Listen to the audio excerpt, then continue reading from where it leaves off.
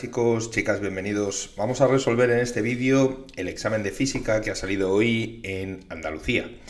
Y bueno, ya sabéis que en Andalucía son 4 bloques, bloque A, B, C y D, y de cada bloque tenéis que hacer uno de los dos ejercicios planteados, ¿vale? Entonces, venga, tenemos aquí una optatividad un poco más limitada y hay que hacer un poco de todo. Vamos a empezar con campo gravitatorio. El primer ejercicio decía, apartado A, siempre hay una parte de teoría y una práctica, ¿no? La parte de teoría, razones si son verdaderos los siguientes enunciados. El trabajo total realizado por las fuerzas no conservativas es igual a la variación de la energía mecánica. ¿Esto es verdadero o es falso? Bueno, pues podéis justificar que efectivamente eso es cierto. Porque el trabajo total de un sistema lo que hace es incrementar la energía cinética. ¿Vale? Esto es lo que se llama el teorema de las fuerzas vivas. Si el trabajo total es el que hacen las fuerzas conservativas más el trabajo no conservativo, pues podemos, a partir de la relación del trabajo conservativo, que es menos la variación de la energía potencial, sustituyendo, menos la variación de la energía potencial más el trabajo no conservativo, es igual a la variación de la energía cinética. Podéis pasar este término restando, al otro lado sumando, y me quedaría que el trabajo no conservativo es la suma de la variación de la energía cinética más la variación de la energía potencial, o dicho de otra manera, la variación de la energía mecánica. Con lo cual, esta afirmación, trabajo total realizado por fuerzas no conservativas es igual a la variación de la energía mecánica, sería un enunciado correcto. Bien, luego nos decían, siempre que actúan fuerzas no conservativas, la energía mecánica varía. A ver, sí que es cierto que el trabajo hecho por las fuerzas no conservativas incrementa la energía mecánica, ¿vale? Es igual a la variación de la energía mecánica, pero eso no quiere decir que las fuerzas conservativas, o no conservativas en este caso, tengan que realizar trabajo. Por ejemplo, pues tenemos muchos casos, pues en el caso de fuerzas centrales, por ejemplo, si yo tengo algo atado con una cuerda que va dando vueltas, ¿vale? La tensión de la cuerda sería una fuerza aplicada, una fuerza no conservativa. Pero como el desplazamiento es perpendicular, pues no hace ningún trabajo, ¿vale? Con lo cual, esa afirmación es falsa, ¿vale? Podríais poner algún ejemplito de algún caso que fuera así. Apartado B. Un bloque de masa 150 kilogramos se desliza por una superficie horizontal con rozamiento. Vale, entonces tenemos aquí una superficie horizontal con un bloque, ¿vale? Y la masa del bloque son 150 kilogramos. Nos dicen que el bloque se mueve hacia la derecha, para allá, con una velocidad inicial, v sub 0, de 3 metros partido por segundo. Sobre el bloque actúa una fuerza de módulo 20 newtons dirigida hacia la izquierda que forma un ángulo de 30 grados sobre la horizontal. Es decir, si esta es la dirección horizontal, aquí tenemos una fuerza que está formando un ángulo alfa de 30 grados. ¿Vale? Y pues por aquí formaría un ángulo, si queréis, de 150 grados respecto a la dirección del movimiento, ¿vale? Y esta es una fuerza F de 20 newtons en módulo.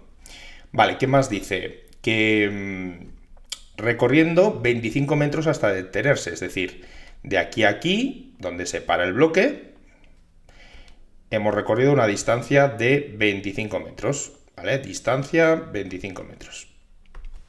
Bien, a partir de aquí nos dicen, realice un esquema de las fuerzas ejercidas sobre el bloque. Bueno, ya hemos puesto una, habría que poner todas las demás, ¿no? Tendríamos el peso,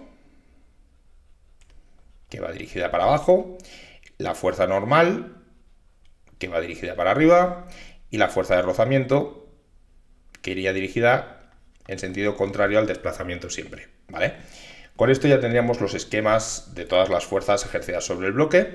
Calcule las variaciones de energía cinética, potencial y mecánica del bloque en el trayecto descrito. Bueno, para la variación de la energía cinética, podríais decir que es la energía cinética final menos la energía cinética inicial. ¿Cómo la final vale 0?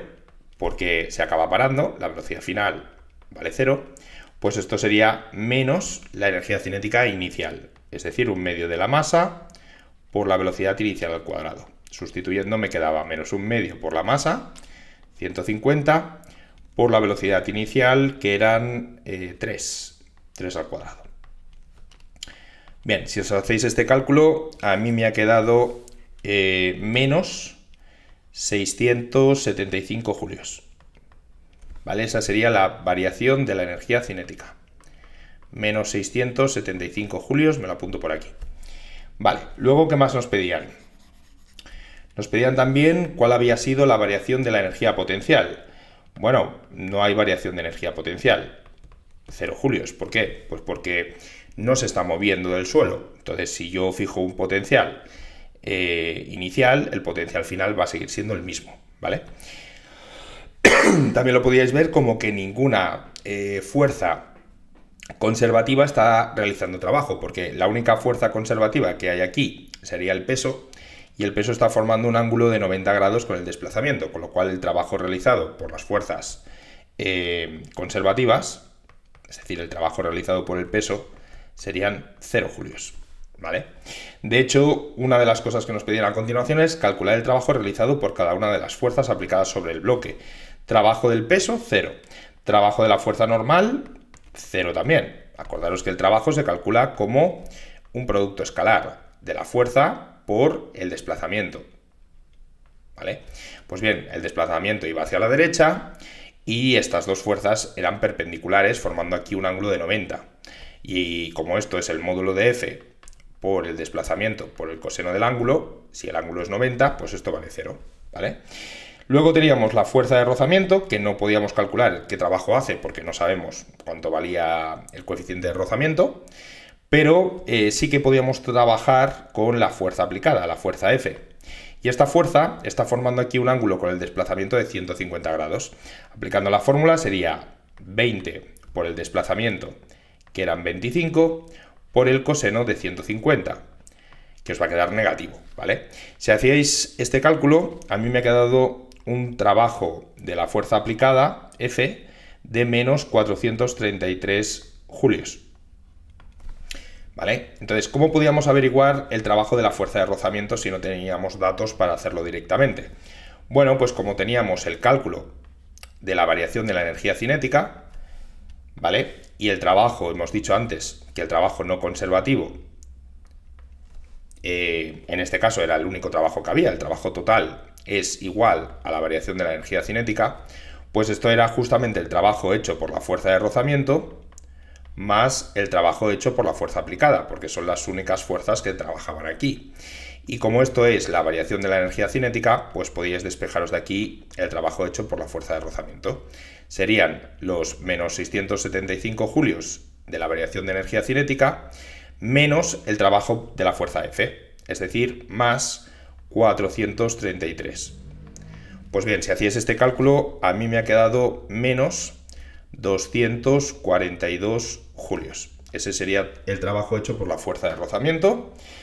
Y con esto pues ya hemos acabado el primer ejercicio. Venga, vamos a pasar al siguiente. El ejercicio A2, también era de campo gravitatorio. Nos dicen, deduzca razonadamente la expresión de la velocidad de escape de un cuerpo desde la superficie de un planeta. Bueno, pues aquí tenéis que explicar que si yo tengo un planeta de radio R y masa m, y sobre la superficie tenemos un cuerpo de masa m minúscula, para que escape tenemos que darle una velocidad mínima, que es la velocidad de escape. Que escape quiere decir que deje de estar atraído por la atracción gravitatoria de ese planeta. Entonces esto se resuelve por energías. Tenéis que decir que estáis aplicando la conservación de la energía y que la energía cinética inicial más la energía potencial inicial es igual a 0. Con lo cual os quedaba un medio de la masa por la velocidad de escape al cuadrado, más la energía potencial cuando estamos en este punto, que es menos g, la masa del planeta, la masa del cuerpo, y aquí dividido entre el radio del planeta. Lo igualáis a la energía mecánica final, que esto sería en el infinito llegar con una velocidad nula, ¿vale? Acordaros de esto. Pues bien, a partir de aquí la velocidad de escape, podíamos simplificar la masa y nos quedaba 2 veces g por m partido r raíz cuadrada. Vale, esta es la expresión de la velocidad de escape que pedían. Ahora nos pedían la masa bueno, nos daban una relación de masas. La masa de la Tierra es 81 veces la masa de la Luna y que el radio de la Tierra era 3,67 veces el radio de la Luna. Pues bien, ¿qué relación existe entre las velocidades de escape desde la superficie de la Tierra y de la Luna? Vale, pues para hacer este cálculo, ya tenemos la expresión, básicamente teníamos que relacionar las dos velocidades de escape, ¿vale? La velocidad de escape desde la Tierra entre la velocidad de escape desde la Luna, por ejemplo. Vale, pues aquí os quedaría una raíz cuadrada con 2g, la masa de la Tierra, entre el radio de la Tierra, dividido entre 2g, la masa de la Luna, entre el radio de la Luna. 2g con 2g se va y me queda la raíz cuadrada del cociente de masas, masa Tierra, masa Luna, y radio Luna pasaba al numerador, radio Luna entre el radio de la Tierra. Bien, a partir de aquí, pues esto daba un cociente de masa Tierra entre masa Luna lo conocemos, 81, y radio Luna entre radio Tierra sería 1 partido por 367, con lo cual esto quedaba en el denominador. Perfecto. Y a partir de aquí, pues ya haciendo los cálculos, a mí me ha quedado un resultado de aproximadamente 4,7, este cociente, ¿vale? Bueno, eso ya lo podéis calcular vosotros, a ver si os da lo mismo que a mí. Vale, esta sería la relación entre las velocidades de escape, es decir, escapar de la Tierra es 4,7 veces mayor la velocidad de escape que escapar desde la Luna, ¿vale? Ok, bueno, pues con esto ya podemos pasar al B. Y en el B decía, se desea poner alrededor de Júpiter un satélite artificial en órbita estacionaria, igual periodo que el planeta, y un día en Júpiter, vamos a apuntar esto, un día en Júpiter son 0,41 veces un día terrestre. Vale, a partir de este dato, pues si uno quiere se puede calcular cuánto vale el periodo en Júpiter, ¿no? Periodo en Júpiter, que es un día en Júpiter, sería 0,41 veces el periodo terrestre, que son 24 horas, es decir, 24 por 3.600 segundos. Pues bien, si os hacíais este cálculo, a mí me ha quedado 35.424 segundos de periodo de Júpiter. Vale, a partir de este dato me decían también que la masa de Júpiter es 318 veces la masa terrestre y que determinásemos primero cuál es el radio orbital alrededor de Júpiter, es decir, tenemos Júpiter y tenemos un cuerpo que está orbitando y este cuerpo tiene una órbita circular estacionaria, con lo cual conocemos el periodo. Vale, sabemos que la atracción que está ejerciendo Júpiter sobre el cuerpo es una fuerza de atracción gravitatoria que sabéis que es la masa por la aceleración normal, centrípeta, ¿vale? Esto es según la ley de Newton, que siempre va bien decirlo. Ahora, esto sería G por la masa de Júpiter, por la masa del cuerpo, entre el radio de la órbita, este radio, desde el centro de Júpiter hasta la órbita, ¿vale? Al cuadrado. Y esto, por otro lado, podemos sustituir, como me interesa relacionarlo con el periodo, pues donde pone aceleración normal podéis poner omega al cuadrado por el radio de Júpiter, radio orbital, ¿vale? Bien, a partir de aquí las masas se nos van y os queda esta relación, que es que el radio de Júpiter es la raíz cúbica, ¿vale? Porque esto queda al cubo, ¿no? De G, masa de Júpiter, G por la masa de Júpiter entre la omega al cuadrado, y como la omega es 2pi partido entre el periodo, pues os queda la típica relación 4pi cuadrado, y arriba os queda el periodo al cuadrado de Júpiter, ¿vale? Bueno, pues teniendo ya todos los datos, ya era cuestión de meter esto en la calculadora y a ver qué os daba. A mí me ha quedado sustituyendo, fijaros que teníamos la masa de Júpiter, teníamos la constante de gravitación y el periodo de Júpiter lo acabamos de calcular, pues me ha quedado un radio orbital en Júpiter de 1,59 por 10 elevado a 8 metros. ¿Vale? Que lo podéis dejar así en notación científica. Vale, esto respondía a la primera pregunta. Ahora, la segunda pregunta nos decían que, pregunta 2, de este apartado dice: la relación que existe entre los radios orbitales de dos satélites que orbitan estacionariamente alrededor de la Tierra y de Júpiter. Bueno, pues esto podéis hacer el cociente, ¿no? Igual que antes. Radio orbital alrededor de Júpiter, radio orbital alrededor de la Tierra. Bueno, pues ya vemos que muchas de estas cosas se nos van porque son comunes, la constante de gravitación, y al final pues os quedaría una relación, vamos a escribirlo todo si queréis, G masa de Júpiter por el periodo al cuadrado de Júpiter partido por 4pi cuadrado, habría que dividirlo entre G masa de la Tierra, periodo de la Tierra al cuadrado entre 4pi cuadrado. 4pi cuadrado con 4pi cuadrado se va y G con G se va. Así que nos quedaba la raíz cúbica de una relación masa-Júpiter entre la masa de la Tierra, y aquí quedaba, como veis, el periodo al cuadrado de Júpiter entre el periodo al cuadrado de la Tierra. ¿Vale? Pues bien, sustituyendo los valores, tenemos aquí todos los datos, pues quedaba la raíz cúbica de... Os tiene que quedar masa Júpiter entre masa Tierra eran 318 según el enunciado.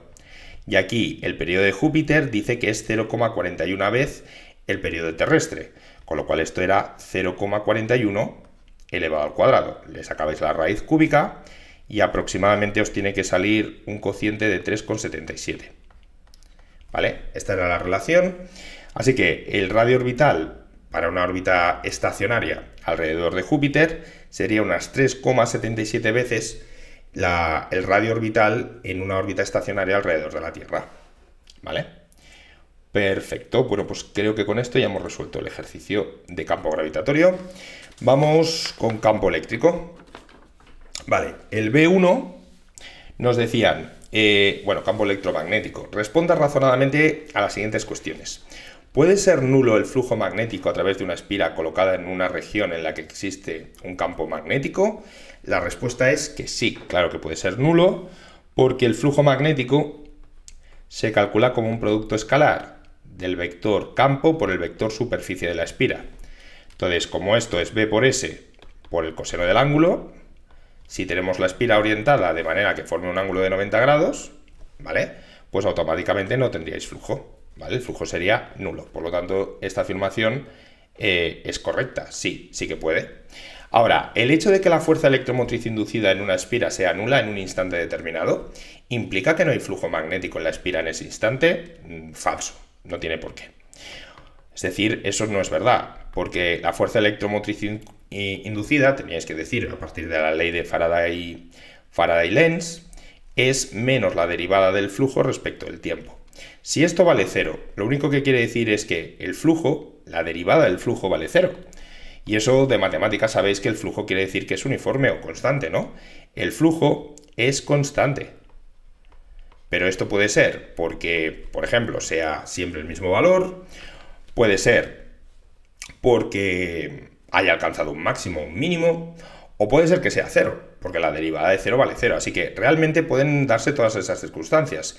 Que sea un valor constante porque haya alcanzado un máximo o un mínimo, porque realmente siempre valga lo mismo con el tiempo, ¿vale? Esto no varía con el tiempo, es constante, o porque el flujo fuera cero. Por lo tanto, no implica necesariamente que el flujo magnético en la espira en ese instante tenga que ser nulo, ¿vale? Perfecto. Con esto ya hemos hecho la parte teórica, que era, bueno, cuestión de explicarlo un poquito. Y vamos con el apartado B. Una bobina formada por, tenemos 100 espiras circulares, de radio 5 centímetros, o sea, 5 por 10 elevado a menos 2 metros. Está situada en el interior de un campo magnético uniforme dirigido en la dirección del eje de la bobina, que tiene un valor en módulo, B sub t, que varía con el tiempo, como veis, 0,1 menos 0,1 por t cuadrado. Determine flujo magnético en la bobina para t igual a 2 segundos. Bueno, podríais calcular cuánto vale el flujo para cualquier instante, que sería, viendo la fórmula que acabamos de ver, B por S por el coseno del ángulo. Como me dicen que el campo está dirigido en la dirección del eje de la bobina, quiere decir que el ángulo que se está formando vale 0 grados, con lo cual esto sería por el coseno de 0, que nos daría 1. Así que esto era simplemente B por S. Pero mucho ojo, porque cuando yo tengo n espiras en una bobina, también tenéis que considerar que esto hay que multiplicarlo por el número de espiras, con lo cual nos quedaba n por b por s. Ese sería el flujo, ¿vale? Entonces, ya podéis sustituir, nos quedaría 100 por b, 0,1 menos 0,1 por t cuadrado, por s, que es pi por el radio al cuadrado, pi por 5 por 10 elevado a menos 2 al cuadrado. Como nos piden cuánto valía el flujo en el instante t igual a 2 segundos, pues sustituyendo esta expresión, la t por 2, pues quedaría 100 por 0,1 menos 0,1 por 2 al cuadrado, por pi, y por 5 por 10 elevado a menos 2 al cuadrado. Pues bien, si sustituíais con la calculadora, esto a mí me ha quedado menos 0,2356 y unidades de flujo, que podéis poner Webers o podéis poner teslas por metro cuadrado, como vosotros queráis. Perfecto, ya hemos hecho este. Ahora, borro este resultado y vamos con el cálculo de la fuerza electromotriz. Ahora nos decían, la fuerza electromotriz inducida en la bobina para t igual a 2 segundos. Bueno, pues la fuerza electromotriz inducida es menos la derivada del flujo respecto del tiempo. Y este flujo varía con el tiempo. Vale, pues al derivar nos quedaba menos 100 por la derivada de menos 0,1, todo lo demás es una constante, ¿vale? Así que esto menos con menos se convertía en un más y quedaría 100 por la derivada, que sería 0,2 por t, por pi, y por 5 por 10 elevado a menos 2 al cuadrado. Vale, como veis, para el instante t igual a 2 segundos, la fuerza electromotriz inducida a los 2 segundos sería sustituyendo el tiempo por 2, y a mí esto me ha quedado exactamente 0,1 por pi voltios, o si lo metíais en la calculadora, aproximadamente 0,314 voltios. ¿Vale? A partir de aquí también nos decían el instante de tiempo en el que la fuerza electromotriz inducida es nula. ¿Cuándo se anula? Pues cuando el tiempo vale 0. ¿Vale? Así de fácil. El tiempo vale 0, quiere decir que no hay fuerza electromotriz inducida. ¿Por qué? Pues porque dependía del tiempo. ¿Vale? Bueno, pues bien, vamos con otro ejercicio. El siguiente, el B2, perdonad por la foto, pero he tenido que acoplar porque estaba uno en cada hoja, ¿vale? Y como veis son fotos. Explique qué es una superficie equipotencial. Bueno, pues una superficie equipotencial puede ser de campo gravitatorio o de campo eléctrico, que son los campos conservativos que habéis visto, y básicamente es donde el potencial es siempre el mismo, ¿vale? Entonces, si yo tengo, por ejemplo, como dice aquí, una carga puntual, positiva o negativa, las superficies equipotenciales son esferas que están alrededor de esa carga puntual. Tiene la propiedad de que el campo eléctrico, ya sea para adentro, como en una carga negativa, o para afuera, como en una carga positiva, ¿no?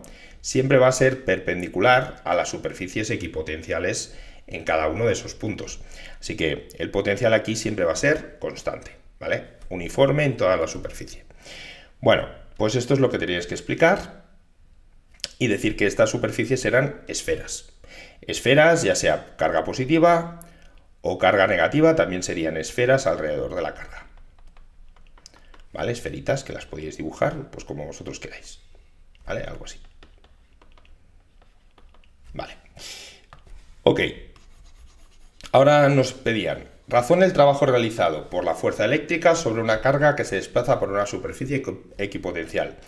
Bueno, como me piden el trabajo hecho por un campo dentro de una superficie equipotencial, para ir de A a B, el trabajo hecho por un campo eléctrico, por una fuerza eléctrica, es menos la variación de la energía potencial, porque es conservativo. Sería menos la carga que queráis mover por la diferencia de potencial, es decir, potencial final, punto B, menos potencial inicial, punto A. Pero como la superficie es equipotencial, pues el potencial en B va a valer lo mismo que el potencial en A.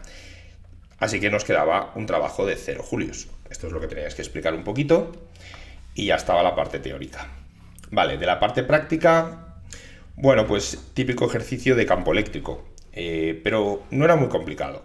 porque nos daban unos ejes, bueno, los ejes los he puesto yo, vamos a ponerlos en metros, eje de las X en metros, eje de las Y en metros, y aquí nos dicen que tenemos dos cargas puntuales del mismo valor, ¿vale? Las dos negativas, como veis, una situada en el punto A, que es el 0,8, pongamos que ese punto estaba por aquí tendríais una carga negativa, punto A, y otra carga negativa en el punto B, que es el 6,0, pongamos que está aquí, 6,0, ¿vale? Punto B.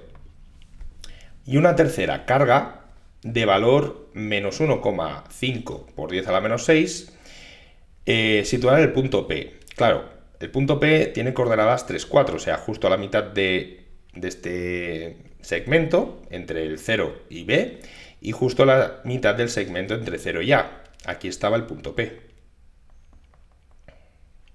¿Vale? Y aquí colocábamos una carga Q sub P también negativa. Entonces, ¿qué va a pasar? Pues lo que va a pasar es que están alineadas. ¿Vale? Como veis, están sobre la misma recta estas tres cargas y me pedían la fuerza eléctrica total ejercida sobre la carga en el punto P, apoyándote de un esquema. Bueno, pues como la carga que ejercería, la fuerza que ejercería la carga en A va a ser de repulsión, tendríais una fuerza que sería la que hace A sobre P, que iría para allá. Pero la que hace B, al ser negativa y negativa la carga, también es de repulsión, iría para afuera. Esta sería la fuerza que hace B sobre P. Pero como la distancia es la misma y las cargas tienen los mismos valores, pues estas dos fuerzas se anulaban, con lo cual la fuerza total va a ser 0, el vector nulo, ¿vale? Así que no había fuerza resultante sobre esa carga. Y esto es lo que teníais que explicar un poco. Podéis hacer los cálculos, pero básicamente os tiene que quedar esto. Por otro lado, el trabajo realizado por el campo eléctrico para trasladar la tercera carga, es decir, esta carga que hemos puesto en el punto P, desde el infinito hasta el punto P. O sea, queremos calcular el trabajo hecho por el campo para llevar una carga desde el infinito hasta el punto P. Pues esto sería menos la carga que queréis mover por el potencial final, que es en P, menos el potencial inicial, que es en el infinito. Por origen de potenciales tomamos el infinito, así que el potencial en el infinito vale 0, y nos quedaba que esto era menos la carga en el punto P por el potencial en el punto P. Vale, ¿cómo calculamos el potencial en el punto P? Bueno, el potencial es el que crea cada carga en el punto, ¿vale? Así que como las cargas eran mismo valor, y fijaros que las distancias eran iguales, además era muy fácil calcular la distancia, porque si esto mide 6 y esto mide 8, este punto de aquí era el 4, esto mide 3. Esto, pues por Pitágoras, medía 4, medía 3, medía 4, medía 3. Así que esta distancia era 5 y 5 metros. Vale, entonces nos quedaba este cálculo. Menos, ¿vale? Bueno, menos no, más. Lo que pasa es que el potencial va a ser negativo porque las cargas serán negativas, pero la expresión es K por la carga que hay en A entre la distancia más K por la carga que hay en B entre la distancia. Hay que sumar escalarmente estos potenciales. En este caso, pues va a quedar 2 veces K por la carga entre la distancia, porque era la misma distancia. Así que sustituyendo aquí, esto sería menos la carga P por 2 veces K por Q partido entre la distancia. Y este era el cálculo que hemos de hacer para el trabajo.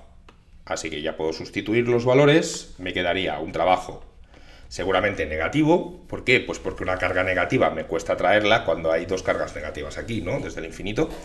Ese trabajo lo tendríais que hacer vosotros, es un trabajo negativo porque no es espontáneo.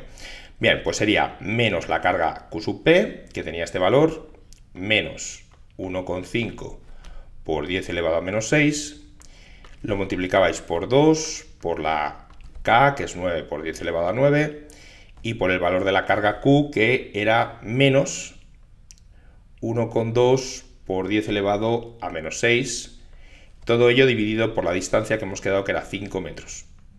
Vale, pues bien, este era el cálculo y a mí me ha quedado un trabajo negativo de menos 6,48 por 10 elevado a menos 3 julios. Tiene que salir negativo, ¿eh? Fijaros, menos por menos es más, por menos, menos. Muy bien.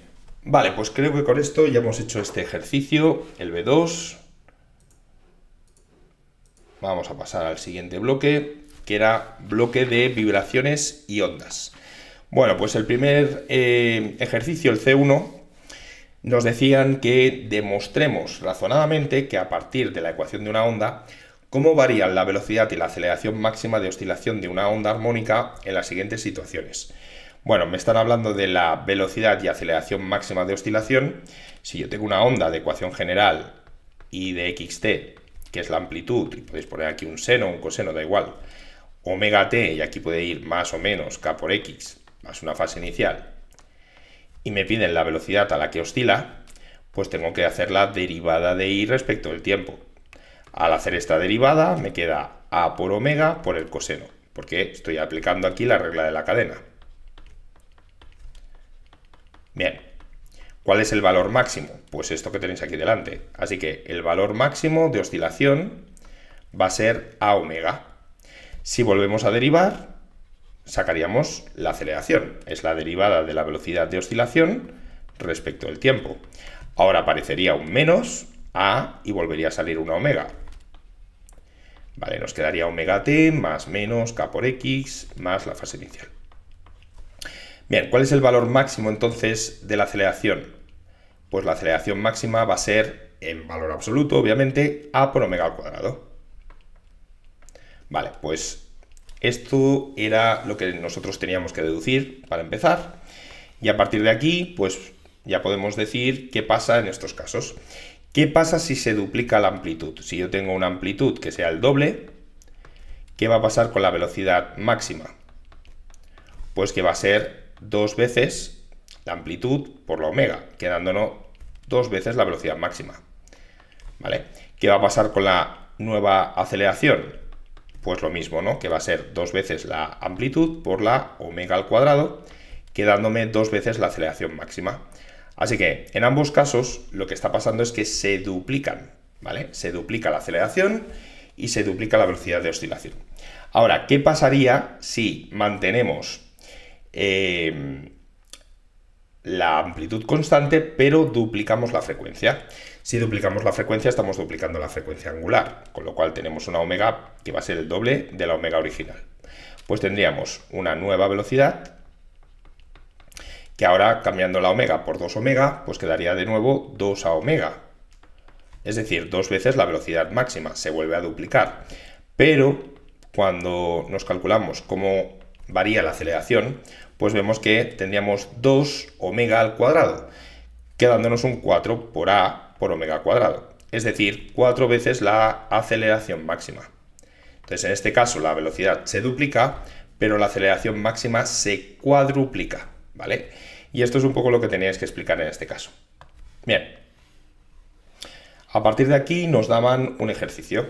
Nos decían que tenemos una onda que se propaga en una cuerda y de xt 0,2 por el coseno de 0,2 por pi por x más 0,25 por pi por t más pi.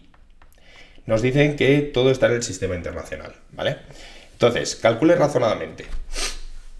Nos piden la frecuencia, la longitud de onda, la velocidad de propagación de la onda, explicando la dirección y sentido de propagación, bueno, todos estos datos. Bien, bueno, esto es fácil porque solo tenéis que escribiros aquí abajo la ecuación de una onda genérica que tenga esta expresión. Sería la amplitud por un coseno, aquí lo que multiplica a la x es la k, así que esto sería k por x, más omega por t, más mi fase inicial, que en este caso serían pi. Entonces, identificando quién es quién, pues ya vemos que la amplitud eran 0,2 metros, vemos que la omega era 0,25 por pi radianes partido segundo, y vemos que la k era 0,2 por pi radianes partido por metro, ¿vale? Como nos piden la frecuencia y la longitud de onda, pues a partir de aquí la frecuencia, ya sabéis que la omega es 2pi por la frecuencia, así que la frecuencia sería omega partido por 2pi. Cogíais 0,25 por pi, lo dividís entre 2pi y os sale una frecuencia de 0,125 Hz. O si preferís, también podéis calcularos el periodo, que es 1 partido por la frecuencia, y os quedarían unos 8 segundos, ¿vale? De periodo. Bien, por otro lado, a partir de la K, pues K es 2pi partido por la longitud de onda, ¿vale? La K es el número de onda, entonces lambda sería 2pi partido K. Tenías que sustituir los valores, 2pi lo dividíamos entre 0,2pi, ¿vale? Y esto, si no me he equivocado, a ver, he cogido bien la K, 0,2, sí. Vale, pues, ¿dónde me he calculado yo esto? Sí, aquí. Esto os tiene que dar 10 metros clavado, ¿vale? Así que esta era la frecuencia, esto es la longitud de onda, ya está. Y por otro lado, con esto ya hemos resuelto, no nos pedían la fase inicial, pero bueno, la fase inicial era pi, ¿vale? La velocidad de propagación de la onda. Bueno, pues aquí tenéis un montón de fórmulas. Podéis utilizar omega partido por k, podéis utilizar longitud de onda entre el periodo, o podéis utilizar longitud de onda por la frecuencia. Cualquiera de estas funcionaría. Y bueno, si cogéis omega partido por k, pues haciendo 0,25 pi entre 0,2 pi, a mí me ha quedado un resultado de 1,25 metros por segundo, que era la velocidad de propagación. Vale, con esto tendríamos el valor. Ahora, ¿cuál es la dirección y sentido de propagación? Bueno, pues teniendo en cuenta que el signo de la K y de la omega no cambian, ¿vale? Tienen el mismo signo, y tenemos aquí un más, pues esto se está propagando hacia la izquierda. ¿Hacia la izquierda dónde? En el eje de las X, ¿vale? Porque por eso tienes una X aquí. Por lo tanto, la dirección sería menos I, si queréis poner el vector unitario. Así que esta era mi velocidad de propagación. Lo podéis poner vectorialmente. Menos 1,25 I metros partido segundo, ¿vale? Perfecto. ¿Y ya qué nos queda? Pues nos queda responder al último apartado. Vale, en el último apartado me dicen ¿cuál es la velocidad máxima de oscilación? Bueno, pues como la velocidad máxima hemos visto que tenía esta expresión, velocidad máxima podéis derivar si queréis, pero me piden el valor máximo, así que pues directamente os quedaría 0,2 la amplitud y saldría fuera después de derivar la omega, con lo cual por 0,25 por pi. Vale, esto va a tener unidades de metro partido por segundo y a mí me ha quedado 0,157 metros partido segundo. Esta era la velocidad máxima de oscilación de cualquier punto de esa onda. Ok, perfecto, pues ya hemos hecho este y pasemos al siguiente. El siguiente ejercicio también era de vibraciones y ondas, concretamente era de refracción y reflexión. Nos dicen que tenemos un rayo de luz monocromática que duplica su longitud de onda al pasar de un medio 1 a un medio 2. Entonces, si yo paso de un medio 1 a un medio 2, vemos que la longitud de onda pasa de 1 a 2 y la longitud de onda 2 es 2 veces la longitud de onda 1 porque se ha duplicado, ¿vale? Determine razonadamente la relación entre los índices de refracción de los medios. Bueno, pues para explicar esto tenéis que decir lo que vale el índice de refracción. Es el cociente entre la velocidad de la luz en el vacío y la velocidad de la luz en ese medio. De aquí, claro, como la C siempre vale lo mismo, pues podéis ver que si yo tengo dos medios, C va a ser N1 por V1, pero también va a ser N2 por V2, ¿vale? Entonces esta expresión va muy bien conocerla porque ahora puedo poner lo que vale la velocidad de propagación. La velocidad de propagación es la longitud de onda por la frecuencia. Pero ¿qué le pasa a la frecuencia cuando cambiamos de medio? Que la frecuencia no cambia, por lo tanto la frecuencia se puede simplificar y ya nos quedaba aquí la relación entre los índices, ¿vale? Podíais escribir, por ejemplo, el índice 1 entre el índice 2 sería la longitud de onda 2 entre la 1. Es decir, en este caso daba 2, ¿vale? Y ya podéis ver que el índice 1 era 2 veces el índice 2, ¿de acuerdo? Es decir, el índice 1 es mayor que el 2. Bien, ¿qué más nos decían? Deducir si el rayo se acerca o se aleja de la normal a la superficie y explique si puede darse el fenómeno de la reflexión total. Bueno, vamos a ver. Lo que sabemos es que si yo tengo un rayo de luz Vamos a poner aquí la superficie que separa los dos medios. Viniendo del medio 1 y pasa al medio 2, esta sería la dirección normal a la superficie. El rayo que incida por aquí, sabemos que se va a abrir, ¿vale? Es decir, este es el ángulo incidente, este es el ángulo refractado y se abre. ¿Por qué se abre en este caso? Porque N1 y N2, N1 hemos dicho que era mayor que N2, ¿vale? Esto lo podéis justificar aplicando la ley de Snell, ¿no? Si yo vengo del medio 1, N1 por el seno del ángulo incidente va a ser N2 por el seno del ángulo refractado. Vale, podéis hacer que el seno del ángulo incidente entre el seno del ángulo refractado es el cociente entre N2 entre N1.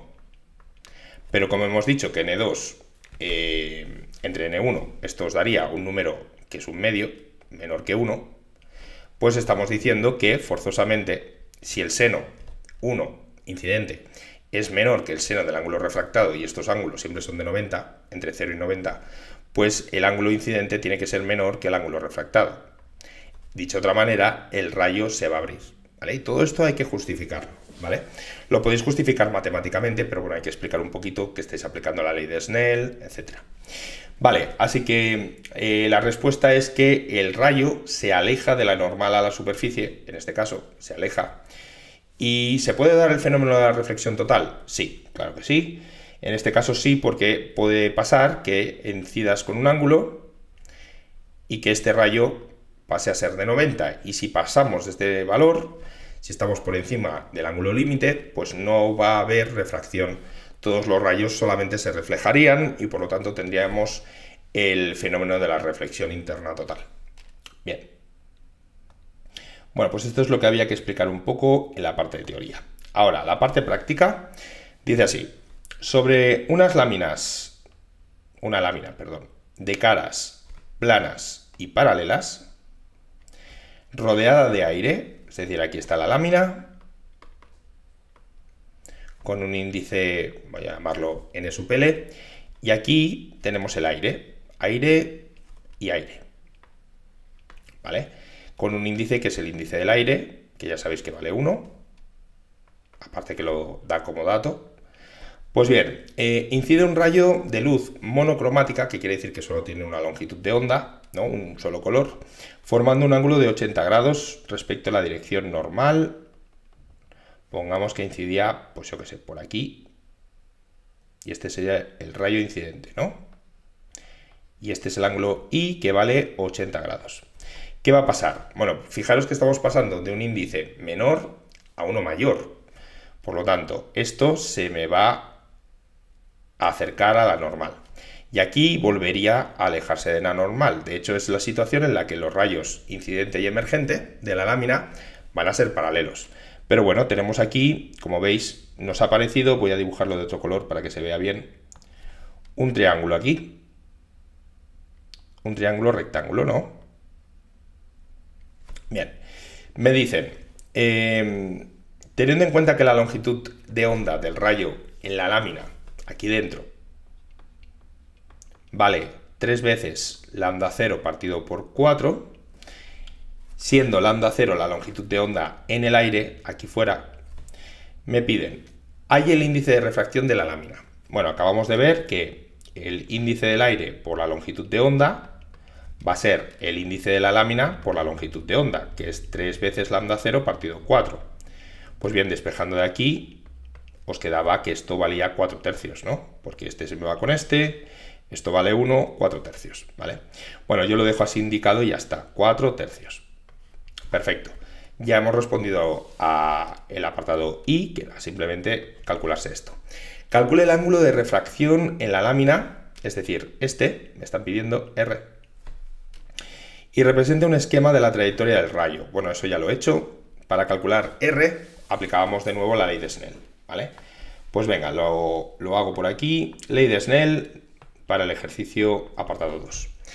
Tendríamos que decir que yo vengo del aire, ¿vale? Y que el índice vale 1 por el seno del ángulo incidente, que es 80, es igual al índice de la lámina que acabamos de calcular, 4 tercios, por el seno del ángulo refractado R, que es lo que me piden. De aquí despejabais el seno y del seno el ángulo.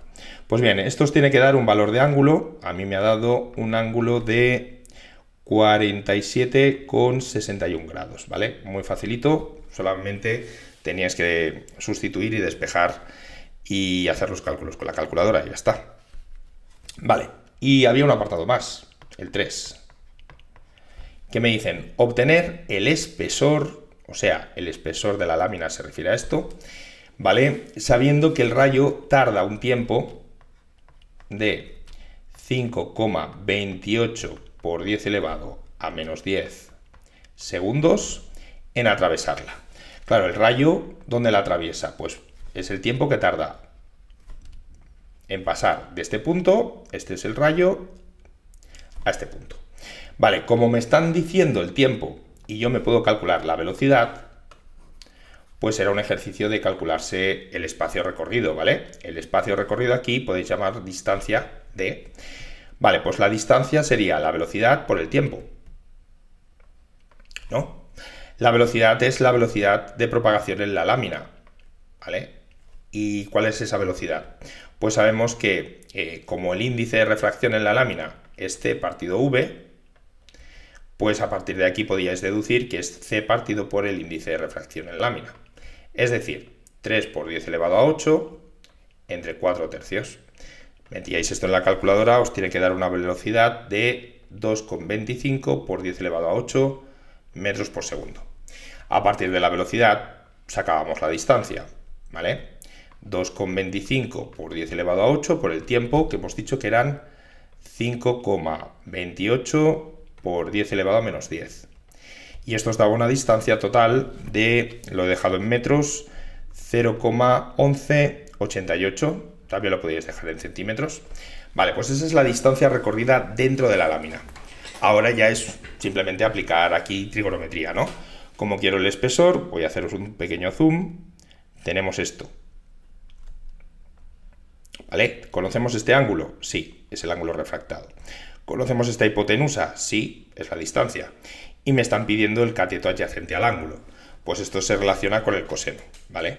El coseno del ángulo R sería cateto adyacente, que es el espesor, entre la distancia.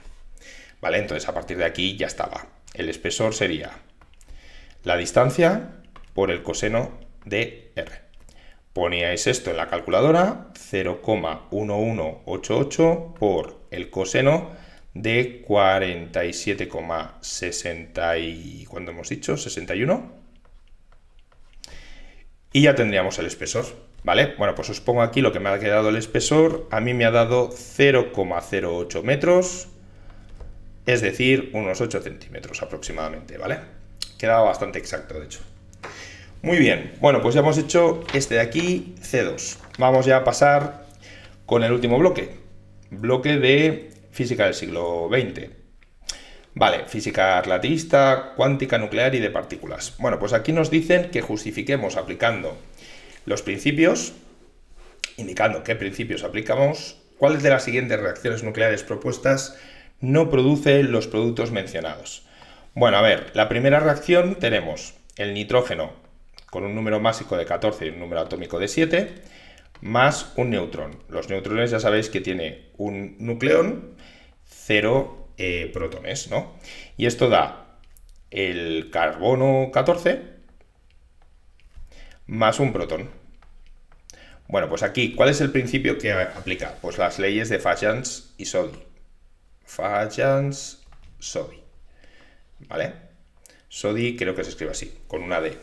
Vale, entonces tenéis que decir que estáis aplicando este principio y que básicamente se conserva la masa. Así que 14 más 1 da lo mismo que 14 más 1. Sí, esto es correcto. 7 más 0 da lo mismo que 6 más 1. Sí, también es correcto. Así que esta primera reacción nuclear está bien escrita, ¿vale? Muy facilito, esto es simplemente sumar. Ahora vamos con la segunda. Nos dan el silicio 28, 14, más una partícula alfa, que sabéis que es 4, 2, da P, que es el fósforo, 29, 15, más un neutrón, que es 1, 0. ¿Esta está bien? Aplicando el mismo principio, pues 28 más 4 ya vemos que no da lo mismo que 29 más 1, ¿vale? No se cumple la conservación de la masa, y por aquí abajo tampoco, 14 más 2 sería 16, y 15 más 0 es 15, con lo cual, no, esta estaba mal. La segunda era incorrecta. Bueno, pues esto era todo lo que tenías que decir aquí, justificándolo, obviamente, con las leyes de Fatsch-Sodi.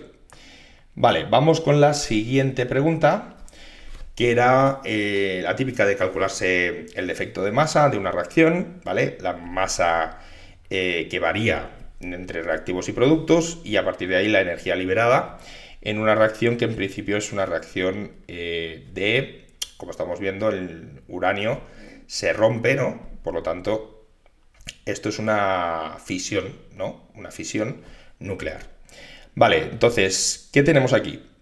Bueno, determina indicando los principios los valores de C y Z. Tenías que aplicar otra vez lo mismo que antes, ¿vale? Entonces vamos a escribir la reacción. Bueno, ya estaba escrita, solo tenéis que mirar los números. Pues 235 más 1 tiene que daros 145 más 88 más C por 1, que es C. De aquí podíais calcularos qué valía la C, ¿vale? Pues de aquí a mí la C me ha dado 3, ¿vale? Por otro lado teníais el número atómico, que sería 92 más 0, tiene que dar lo mismo que la Z más 35 más 0. Y de aquí sacabais la Z. Y a mí la Z me ha dado 57, ¿vale? Que es el número atómico del lántano, que está bien. Perfecto. Luego me dicen, una vez hecho esto, bueno, pues lo importante aquí es que esta C valía 3. Calcular la energía liberada cuando se fusionan 1.000.000 de núcleos de uranio, ¿vale? En la siguiente reacción nuclear. Bueno, pues nos daban las masas de los núcleos, nos daban una unidad de masa atómica, cuál es el equivalente en kilogramos, y la velocidad de la luz en el vacío. Primero me voy a calcular la variación de masa, que va a ser una variación de masa. Yo voy a coger la masa total de los reactivos menos la masa total de los productos, ¿vale? Porque sé que se va a perder masa, ¿vale? Entonces aquí tendríais que coger la masa del uranio, más la masa de un neutrón, ¿vale? Y restarle la masa de la suma de los productos, o sea, la masa del lantano más la masa del bromo más 3 masas de un neutrón, ¿vale? Vamos a ponerlo así. Lo voy a dejar indicado y ahora os pongo lo que me ha dado, porque esto era simplemente sustituir. Eso sí, tener mucho cuidado, poner todos los decimales siempre cuando os pongan cálculos de masas con unidades de masa atómica, porque varía muy poquito y por lo tanto es importante poner todos los datos en la calculadora, ¿vale? Bueno, pues si os hacíais este cálculo, a mí me ha quedado una variación de masa de 0,180875 unidades de masa atómica, que si lo transformabais en kilogramos, ¿vale? Una unidad de masa atómica son estos kilos, pues me ha quedado unos 3,002525, que he puesto con todos los decimales, ¿vale? Para que lo tengáis, por 10 elevado a menos 28. Perdón, esto es un 28. 28 kilogramos. Esto es importante que esté en kilos para ahora calcularme cuál es la energía, ¿vale? Pues bien, la energía desprendida por cada núcleo que reacciona sería aplicar la ecuación de Einstein, ¿no? Equivalencia masa-energía, pues multiplicabais esta masa, 3,00 bla bla bla por 10 elevado a menos 28 kilogramos, por la velocidad de la luz, 3 por 10 elevado a 8 al cuadrado. Si hacíais esto, a mí me ha quedado un resultado de 2,7 por 10 elevado a menos 11 julios. Perfecto, pues ya tenemos la energía liberada por cada uno de esos núcleos. Pero como me dicen que se fisionan 1.000.000, pues la energía total liberada, la total, teníais que multiplicar esa energía por el número de núcleos que se fisionan, ¿no? Es decir, por 1.000.000. Es decir, 10 elevado a 6. Así que 10 elevado a 6 por 2,7 por 10 elevado a menos 11 os tiene que dar, pues, lo mismo, pero moviendo la coma, ¿no? 2,7 por 10 elevado a menos 5 julios. ¿vale? Bien, pues esto era todo para este ejercicio. Y ya vamos con el último, va. El último, como veis, era de física cuántica. Bueno, concretamente nos hablaban aquí de la energía, perdón, la longitud de onda asociada de de Broglie.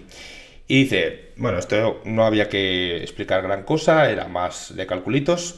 Dos partículas nos dicen que tienen la misma energía cinética, ¿vale? Entonces, si dos partículas tienen la misma energía cinética, la pregunta es, deduzca razonadamente la relación entre sus longitudes de onda de de Broglie si la masa de la primera es un tercio de la masa de la segunda. Bueno, aquí, cuando hablan de masas y energías cinéticas en física del siglo XX, uno tiene que suponer algo, si vais a considerar efectos relativistas o no. Para el cálculo de la energía cinética es importante, pero la expresión al final os va a quedar lo mismo, porque cojáis masa en reposo o masa relativista, al final es una relación entre la masa y la velocidad, ¿vale? Pero bueno, yo lo diría, ¿no? Que estamos considerando que no hay efectos relativistas. Es decir, que las velocidades van a ser mucho más pequeñas que la velocidad de la luz en el vacío. Y bueno, pues a partir de ahí, si yo tengo dos partículas, la partícula 1 y la partícula 2, me dicen que tienen la misma energía cinética, con lo cual la energía cinética 1 es igual a la energía cinética 2. Esto sería un medio de la masa 1 por la velocidad 1 al cuadrado, un medio de la masa 2 por la velocidad 2 al cuadrado. ¿Vale? Además, el dato que me dan aquí es importante. Dice que la masa de la primera, la masa 1, es un tercio de la masa de la segunda. Masa de la segunda partido 3. Vale, entonces, al final, si yo relaciono velocidades, pues me va a quedar una relación también igual que con las masas. ¿Vale? Podíais, pues yo qué sé, despejaros de aquí V2 entre V1, V2 al cuadrado entre V1 al cuadrado, por ejemplo. ¿Vale? Y os quedaría que el 1 medio se va, M1 entre M2, ¿no? M1 partido por M2. Vale, y M1 partido por M2, pues esto daba un tercio. ¿Vale? O dicho de otra manera, la velocidad 1, pasándola aquí, era la raíz cúbica de la velocidad 2. Y este resultado sí que me lo voy a guardar porque lo usaremos luego.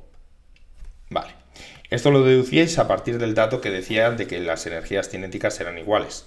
Ahora, ¿cuál es la relación entre las longitudes de onda asociadas de de Broglie? Bueno, la longitud asociada de de Broglie se calcula, ya lo sabéis, como h partido por p, donde p es la cantidad de movimiento o momento lineal. Por lo tanto, es h por m por v. ¿Vale? Es esto lo que tenemos que aplicar. Si yo tengo lambda 1 entre lambda 2, estas dos longitudes asociadas a cada una de las dos partículas, tendríais h entre m1 por v1 entre h entre m2 por v2.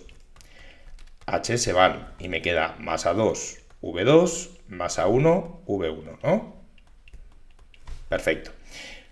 ¿Cuál es el cociente entre las masas? La masa 2 entre la masa 1, masa 2 entre masa 1 quedaba 3. Y V2 entre V1 quedaría 1 partido por raíz de 3. Vale, pues esto es 3 partido raíz de 3, o lo que es lo mismo, racionalizando, raíz de 3 arriba, raíz de 3 abajo, os quedaba raíz de 3. Dicho de otra manera, la longitud asociada de Broglie de la primera partícula era raíz de 3 veces la de la segunda partícula. Este es el resultado que nos pedían encontrar aquí. Muy bien. Y a partir de aquí ya vamos con el último de cálculos, donde nos piden, vamos a ver, ok, un protón se mueve con una velocidad de 3,8, velocidad del protón, 3,8 por 10 elevado a 3 metros partido segundo.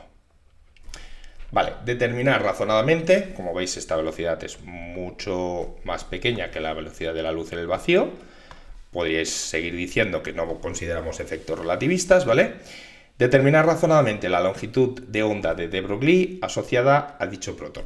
Bueno, pues la longitud de onda de de Broglie asociada al protón sería h partido por la masa del protón por la velocidad del protón. Bueno, todos estos datos los teníamos, ¿vale? Porque los daban. Entonces, tenías que multiplicar 6,63 por 10 elevado a menos 34, que es la constante de Planck. La masa del protón era 1,67 por 10 elevado a menos 27. Y la velocidad del protón, pues el 3,8 por 10 elevado a 3 metros por segundo. Todo está en el sistema internacional. Y el resultado a mí me ha quedado 1,045 por 10 elevado a menos 10 metros. Una longitud de onda bastante pequeña, pero bastante típica, ¿vale?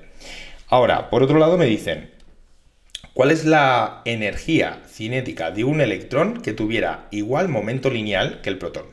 O sea, igual momento lineal es esto, que la masa del electrón por la velocidad del electrón es igual a la masa del protón por la velocidad del protón. Y la masa del protón por la velocidad del protón la podéis calcular porque teníais estos datos. Pues bien, si multiplicabais estos dos datos, a mí me ha quedado un valor de 6,346 por 10 elevado a menos 24, y esto tiene unidades de kilos por metro partido 3 segundos.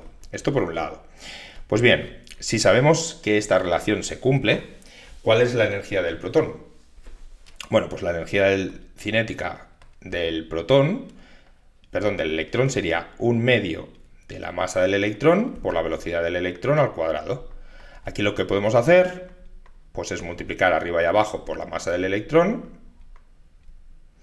y de esa manera, pues fijaros que me queda la masa por la velocidad al cuadrado entre la masa, es decir, 1/2 de el momento lineal del electrón entre la masa del electrón. Pero como el momento lineal del electrón era el mismo que el del protón, y eso ya lo tengo calculado, pues ahora ya lo teníamos. Esto era 1/2 de P sub P, y P sub P era 6,346 por 10 elevado a menos 24, que luego dividiríamos entre la masa del electrón. 9,1 por 10 elevado a menos 31 kilogramos. Esto es una manera de hacerlo, pero no es la única, ¿eh? Se puede hacer de más maneras. Bien, esto me ha quedado un resultado en energía de 2,21 por 10 elevado a menos 17 julios. ¿Vale? Ya tenemos la energía cinética de ese electrón. Y ahora me piden cuál era la velocidad, ¿vale? La velocidad del electrón. Bueno, pues la velocidad del electrón, ¿cuál sería? Pues como tenemos esta relación, pues básicamente, voy a borrar esto. La velocidad del electrón sería la masa del protón por la velocidad del protón entre la masa del electrón.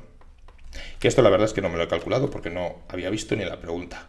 Vale, 6,346 por 10 elevado a menos 24, ¿vale? Que es este resultado, lo dividíais entre la masa del electrón, 9,1 por 10 elevado a menos 31 kilogramos. Vamos a ver qué da esto. 6,346 por 10 elevado a 24 menos. Lo dividíais entre 9,1 por 10 a la 31 menos. Ok. Bueno, pues a mí esto me ha quedado una velocidad de 6,97 por 10 elevado a 6 metros partido por segundo, que aún estamos un poquito lejos de la velocidad de la luz en el vacío, que es de 3 por 10 a la 8, con lo cual esa suposición de que estábamos trabajando sin considerar efectos relativistas, pues sigue siendo válida. Y esto siempre va bien decirlo, sobre todo en el examen, ¿vale? Para que vean que lo tenéis claro. Bueno, pues creo que ya lo hemos calculado todo. Espero que se haya entendido todo, chicos, que os haya ido muy bien. Y nada, muchas gracias por vernos y nos vemos en el próximo vídeo. Gracias.